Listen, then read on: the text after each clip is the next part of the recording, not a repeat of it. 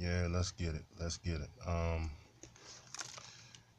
Let's talk about the little dust up when it comes to Council Member Trayon White from Ward 8, DC, Council Member. I'm supporting this young brother and his efforts. It's due to the main idea of this dialogue, which is the DC residents in Ward 8. They kind of pissed off about this construction outfit. I'm gonna put all the information in the description box. The outfit is called Bozzuto, something like that. It's a construction company, and they beefing. You know, the residents beefing, and the council member is representing the residents of Ward 8 when it comes to employment and stuff like that. It's the old song and dance, people. They've been doing this in DC and other various metropolitan cities across America when it comes to the dark and melanated people. The interloper. You hear me in various videos talk about the interlopers. They encroach on people's habitat and they like foreign invaders, and they come in and reap the benefits while the residents of that area get crumbs. And black folks are getting tired of it. Unfortunately, it's about time. So it's a little protesting uproar because they feel like they're not getting fairly treated as far as the residents of that neighborhood.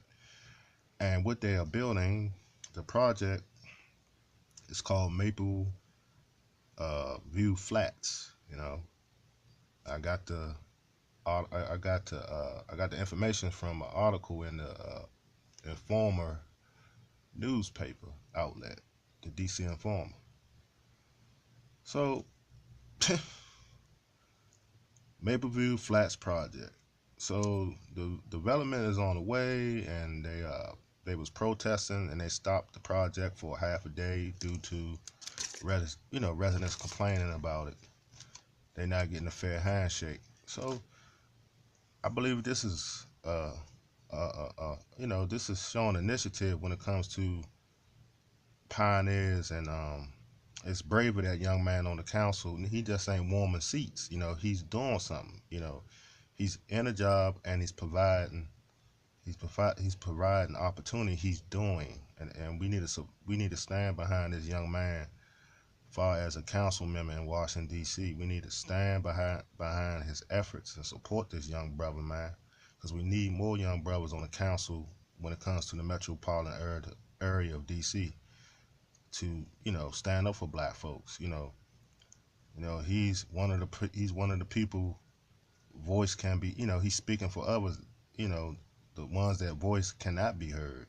This is where he comes in, and he's playing a intricate and an important role in representing black folks. And I support this brother's efforts and endeavors. And y'all should also. I'm speaking to the residents of DC. I'm a former resident of DC in Ward 8. I now reside just a stone throw away in DMV in Maryland. And the article went on to say it's too much outsourcing, meaning that these construction contractors come in the metropolitan area, and they don't give back to the area by showing initiative for giving people jobs and occupations so they can work within those building trades. As far as the contractors, they out of state. They Virginia or Maryland or Pennsylvania or upper state New York. I didn't heard some dudes word on the street. This other project, I'm not gonna go into it. They came way from upstate New York, while the people within the state wasn't getting nothing. The residents didn't get no jobs. People didn't sign up and everything, ain't getting nothing. The majority of people that worked on that project was from out of state. And you wonder why dudes soaking their wounds 6 o'clock in the morning or 9 to 10 o'clock in the morning waiting for the liquor store to open. You know, you know, it's no surprise. You got guys that's qualified in these trades. They sitting on the union benches, sitting on a union hall, can't get no work because of these backdoor politics when it comes to putting money back in the community. See, this is where a lot of problems began, family. And you wonder why crime is rampant over there in Ward 8 still. Because ain't no money flowing back in that community. See? And that's not good. I mean, I'm speaking for not only because this goes on, I'm pretty sure it goes on in Baltimore. I'm pretty sure it goes on in Chicago. I'm pretty sure the same old, man. The same old song and dance.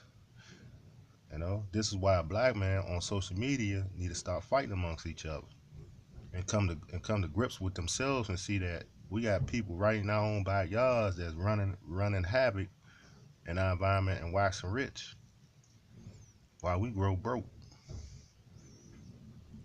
You know. So it went on to say the councilman and the other constituents on this panel, I guess, people he worked with, and the residents was trying to reach these folks, and I think one of the top CEOs of the company wouldn't have a sit down. All this, I'll contact you, and it was no show and stuff like that. Because they know they're wrong. But see, this should be a main example of what black men need to do. Okay, we can't rely on other folks. We've been living here. We came over here on the slave ships. It's been generation after generation after generation. We should already know how to play this game. And just like that article was talking about, why can't DC government employ black contractors, black construction outfits? Yes, it is. It may not be like the other counterpart, which is the non-melanated people, but it is black construction-owned sites. So why can't you mean to tell me y'all can't? We got the internet, so that's a bunch of bull crap.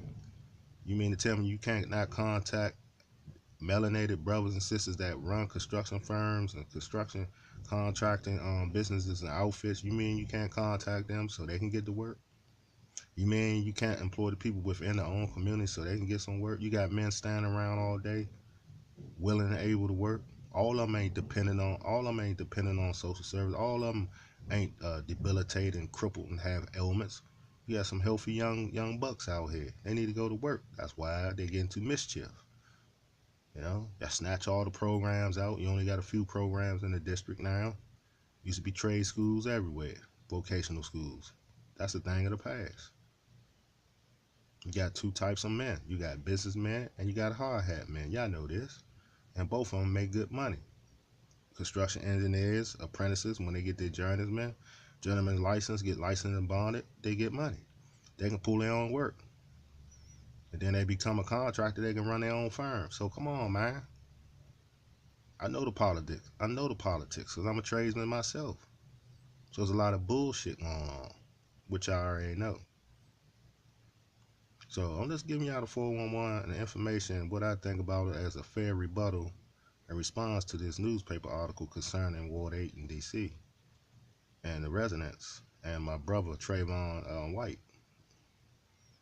on the council member. Black folks, please wake up, my brothers and sisters in Ward 8. Don't let these people come in here and interlope and take all your money out your community. It's bad enough we buy all their products. Okay? It's time to put the money back in our hand and circulate it with it amongst ourselves. That's in order for us to move on, that's what we're going to have to do. Or it's just going to be as is, like I keep saying.